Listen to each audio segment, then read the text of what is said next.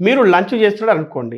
Rice, sambar, dry curry, curd, appadam అన్నీ కలిపి తింటారు. బ్యాలెన్స్‌డ్ డైట్ కోసం కానీ ఒక్క ఐటెమ్ మాత్రమే ప్లేట్ నిండా వేసుకుంటే ఎలా ఉంటుంది? ఇదే పరిస్థితి మీకు పోర్ట్‌ఫోలియోకి కూడా వర్తిస్తుంది. స్మాల్ క్యాప్ తీసుకున్నారనుకోండి. అందులో హై రిస్క్ ఉంటుంది. కానీ హై రిటర్న్స్ ఉంటాయి. మిడ్ క్యాప్ అనుకోండి మీడియం రిస్క్ ఉంటుంది. లార్జ్ క్యాప్ అనుకోండి స్టేబుల్‌గా ఉంటాయి. లోయర్ రిటర్న్స్ వచ్చే అవకాశం ఉంటుంది. ఇక ఫ్లెక్సీ క్యాప్, మల్టీ క్యాప్ అయితే మిక్సింగ్ ఉంటుంది. సో స్మాల్ క్యాప్‌లో ఇన్వెస్ట్ చేశారు. అది 3x అయింది. హ్యాపీ. కానీ అదే స్మాల్ క్యాప్ తర్వాత 40-50% పడిపోయింది. అప్పుడేంటి పరిస్థితి?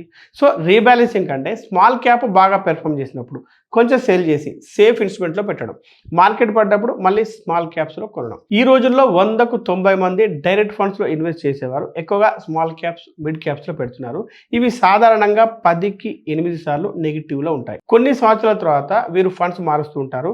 ఇంకా కొన్ని సంవత్సరాల తర్వాత వీరి మీద నమ్మకం అవుతుంది.